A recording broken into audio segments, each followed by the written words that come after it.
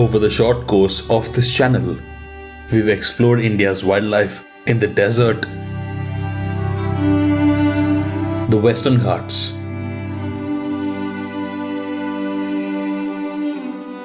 the wetlands, grasslands,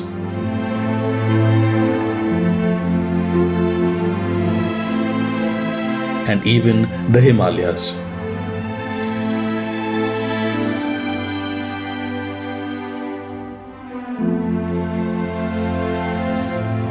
We photographed several little species and focused mainly on the ones that never make it to large budget documentary films.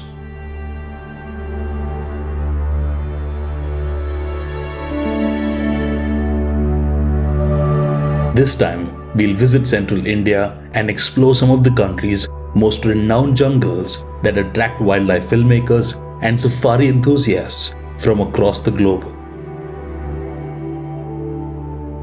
One of these national parks even inspired Rudyard Kipling to write The Jungle Book. Stay tuned through the first episode of this new series, and I'll bring you face to face with some of your favorite childhood characters.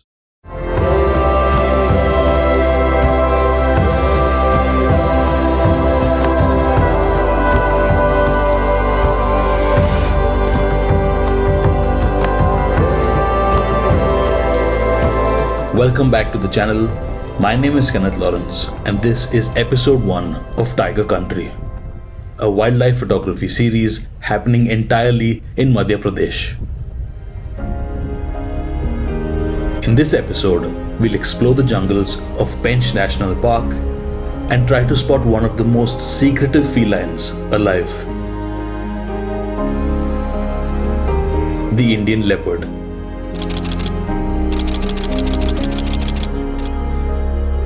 Before we begin the episode, special thanks to one of India's leading responsible safari companies, Pugdundee Safaris, for co-producing this series and hosting me at Pench Tree Lodge, a luxury resort delicately nestled within pristine wilderness. The sprawling cottages and the charming tree houses will be my home for the next week. With forest views this spectacular, I wish I could spoil myself and stay a little longer. What has me most excited about this collaboration is the fact that Pugdundee Safaris strongly encourages habitat restoration and sustainability. They also endorse healthy eating by growing their own organic produce.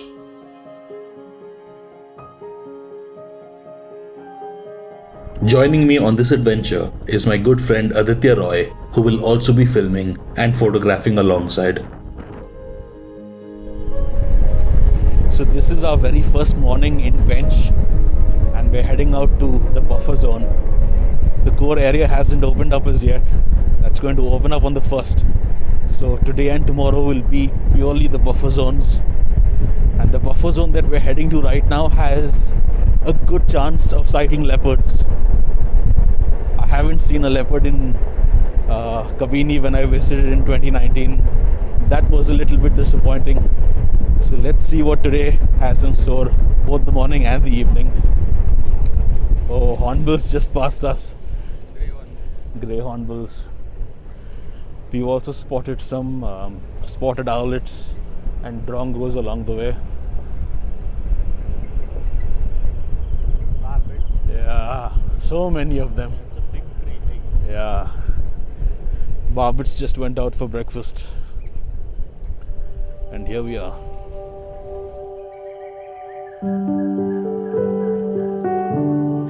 So as soon as we have our IDs checked, we're going to enter the national park. And for those of you guys that don't know, Pench is the land of Mowgli.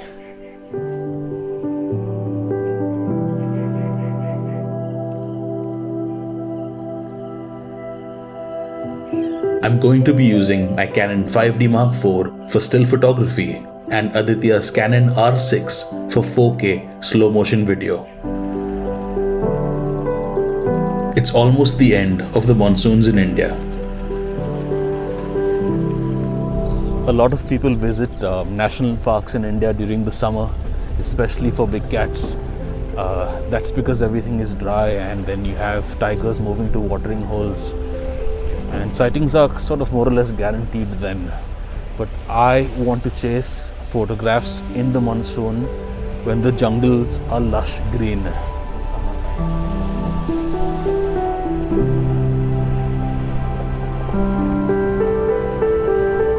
With a little bit of scattered rainfall still happening, the skies were overcast, and that meant low light photography. A herd of gaur were our first sighting. They are the largest species of the Bovidae family, and their numbers have declined more than 70% in the last 3 generations. In protected areas like these, their numbers are stable and increasing.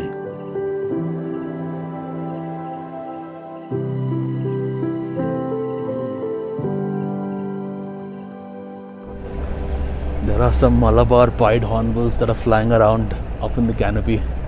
And we're just going to try to find some sort of an opening.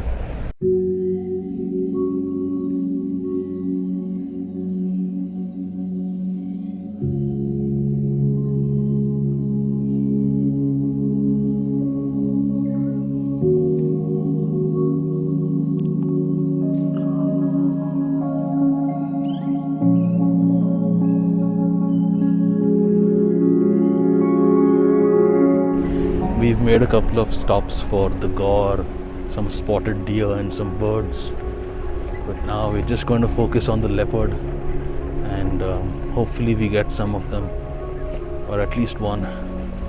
Even one can be too much to ask for, to be honest. We scanned both the treetop as well as the forest floor for any signs of the spotted feline. The dense vegetation post the monsoons was our main challenge. Sightings can be tricky, but when they happen, they can be very dreamlike. So we've just entered the leopard habitat. And my guide also just mentioned that along with leopards climbing trees, you can even see tigers climbing them. Seeing a tiger on a tree is not common at all.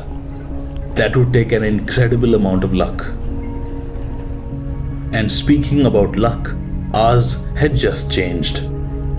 A bit of unexpected rainfall forced us to cover our cameras and wait until the sky cleared up. In the meanwhile, Aditya kept an eye out for bug marks.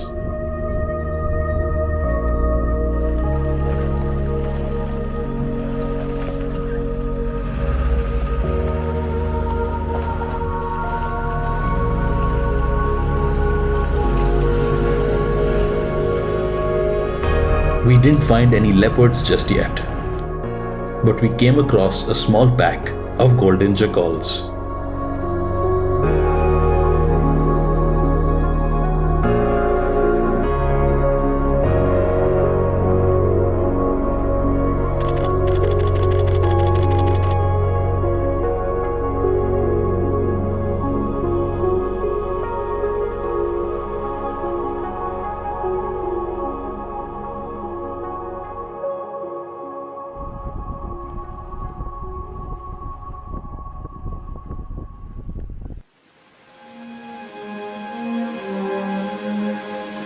This is the Pench River.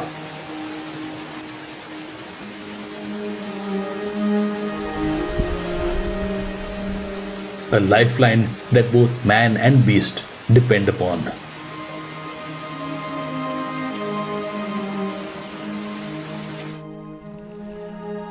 Pockets of human settlements are scattered around the national park.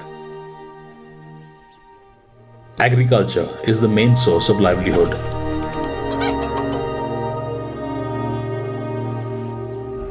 Though the villagers here may have some of the best wildlife sightings, man-animal conflict is always a concern. In the near future, these settlements will be relocated with compensation, and grasslands will take their place. So this morning we have not been very fruitful for leopards, but we did manage to film and photograph some of the other residents out here. We have one more safari in the same zone, and our hopes are up. So let's see what happens. During our evening safari, we continued our lookout for leopards. The dense jungle was more difficult than I imagined. There could be so many things in close proximity, but all of them invisible.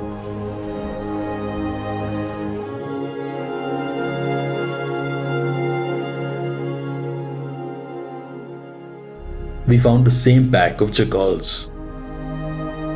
It was a lazy day for them.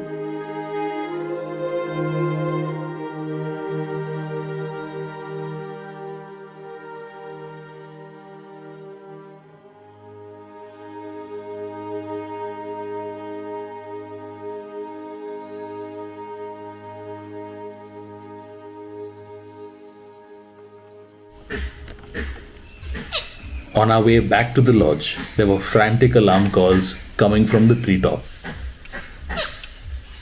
We've just stopped because there are alarm calls that the langurs are giving out.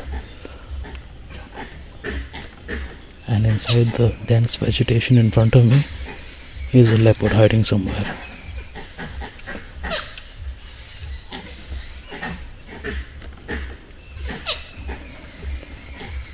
The only thing is the light's going down really quick. The leopard had passed by here, and we missed it just by a few moments.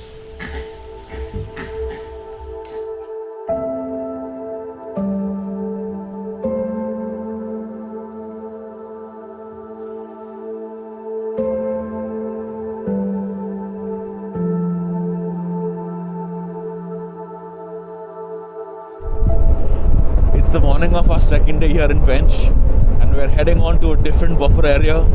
This zone is called Rudyard, and it houses 2 large male tigers. And the fabulous thing about this buffer zone is that it's a wildlife corridor between Pench and Kanha National Park. Yesterday we were out looking for leopards, but we got jackals. So who knows what's in store for us. But there's only one way to find out.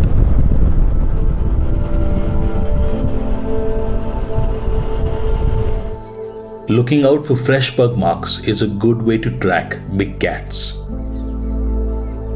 You can understand the direction the cat was heading in and estimate how recently it walked by. Another way is stopping in your tracks and listening to any alarm calls that the herbivores make. These methods ensure that you don't lose time going down the wrong route.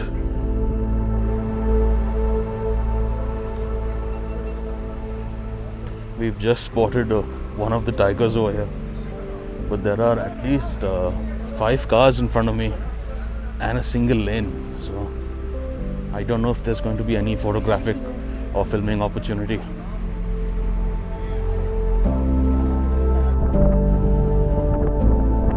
We chose to give the tiger its space, and we halted for breakfast instead.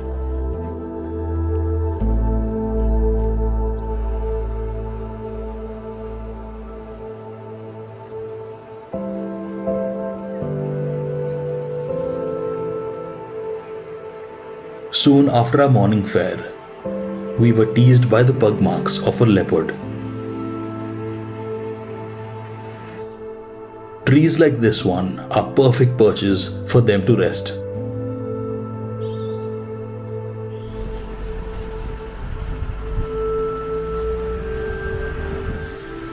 We stopped again. This time, we heard roars piercing through the jungle. The cat was close, but we couldn't pinpoint its exact location.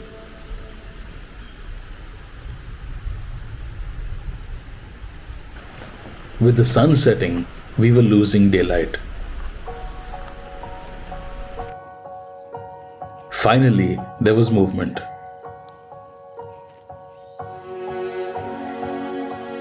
an orange ember gently drifting through the greens. This tiger's name is Soonhari. She's single, she's of reproductive age, and she asserts her presence by scent marking trees with her urine.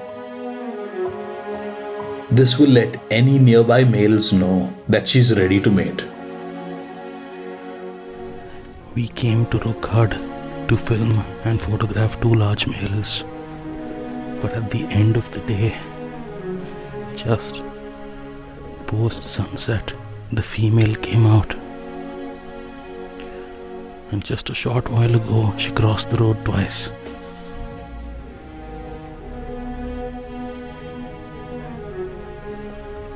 She's a really pretty tiger.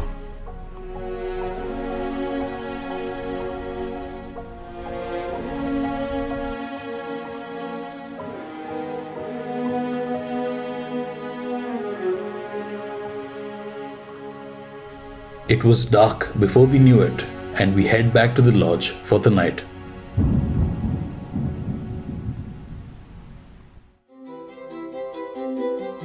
On day 3, the core zone of Pench National Park had opened up after months of being shut for the monsoon. After 2 days in the buffer zones, we finally entered the core area, and it just opened today. So all of the wildlife out here haven't seen vehicles for a while. They would have seen the forest department patrolling, but now they're going to see us. And hopefully we get to see them. There's a very faint bug mark just on the side of the road. The light was slowly getting better, but there were no signs of big cats yet.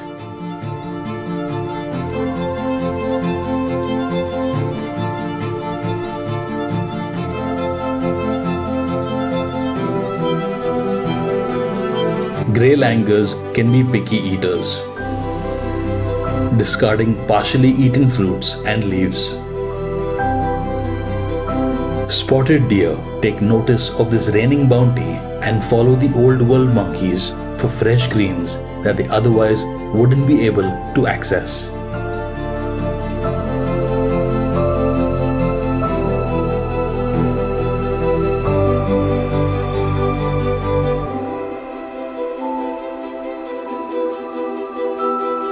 When there are no signs of threats, langurs can be seen around the forest floor. Intelligent and social by nature, curiosity and frolicking make up most of their formative years.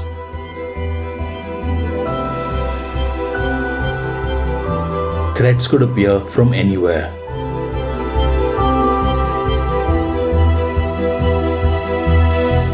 The adults know this and are always on guard.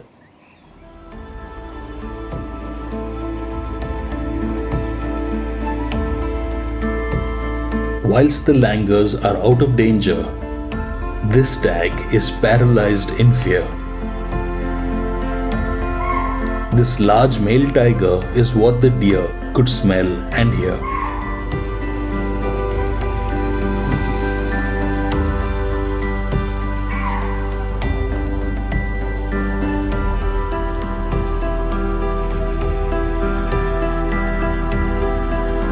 The cat's name is Elmark, after the prominent L-shaped alphabet on his face. He's a large dominating male in this area, and he vanished as soon as he came.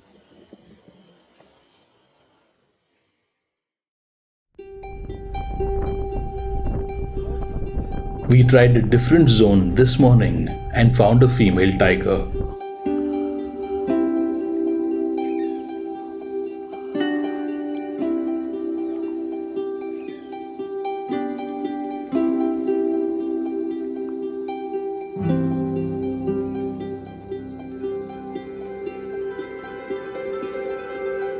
Her subadult cubs were nearby.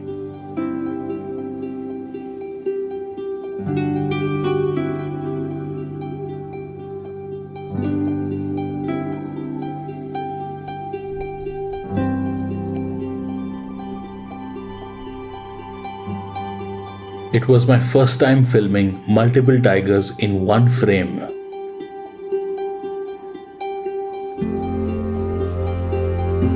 But why were they all hiding? Well, there could be a few reasons for this secretive nature. Either the cubs are not very used to safari vehicles, or they are hiding to avoid territorial males, or they are guarding a kill to not have it stolen. In the jungle, food rarely arrives this easily.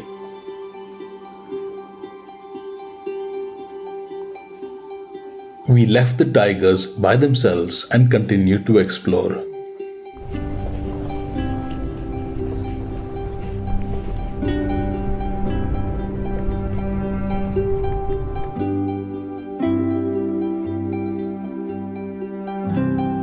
These sambar deer are on constant alert. They can become a meal at any time.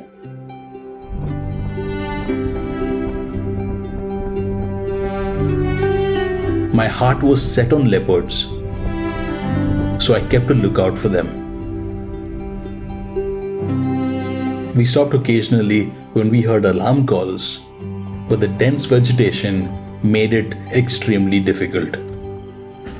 It was worth visiting the tiger cubs again in the evening. They were still within the thicket. The probability of a kill being hidden was even higher now.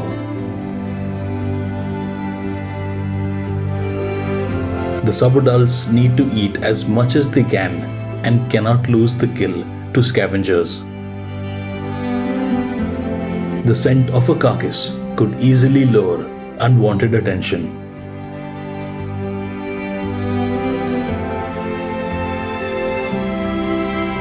Now is when the dense vegetation is leveraged.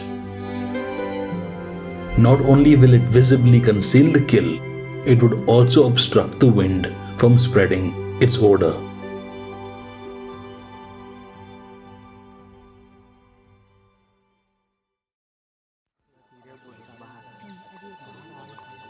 This was our 9th and final safari in Pench. We originally planned 8 of them, but we thought of extending because the best sightings somehow tend to happen when you plan to leave. Deep in the jungle, our luck had finally changed. There was a leopard basking on a rock, surrounded by lush greenery.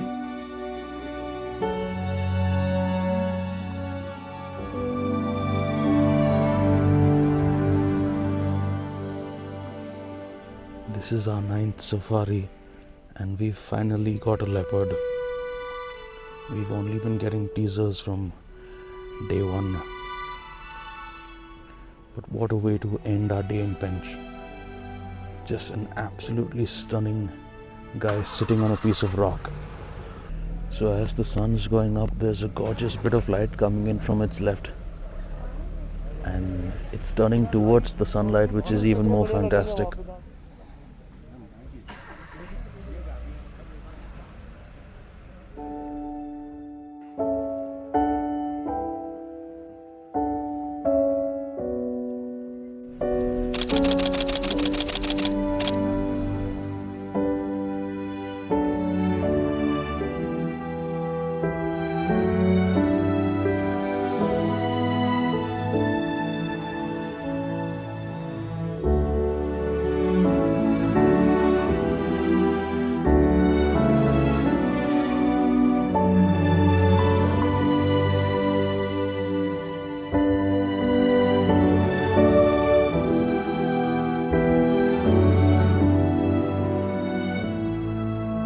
Leopards are one of the most graceful beasts, and we were incredibly fortunate to stumble upon one in the land of the Jungle Book.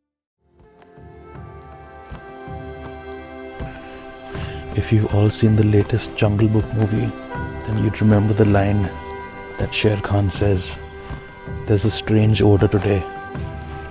And right now, In the grass behind me, there is a stench of a rotting carcass. And that is most likely the kill that the leopard we just filmed made.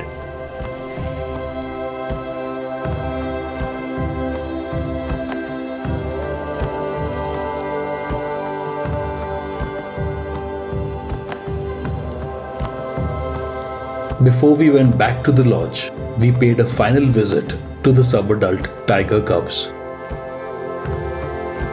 The carcass of a samba deer concluded that the cats weren't hiding, but were in fact protecting a precious bounty. The remains of the carcass will become food for the small forms of life before it returns to the earth.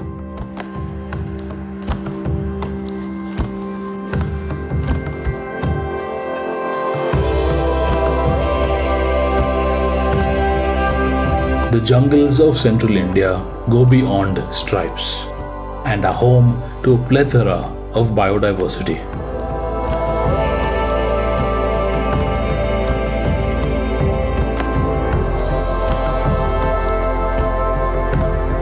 They may not easily be sighted, but with a little patience and luck, you can experience some of the most incredible species our planet has to offer.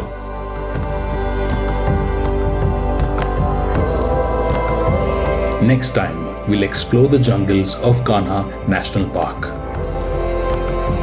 We'll chance upon many more species, with the sloth bear being our prime subject.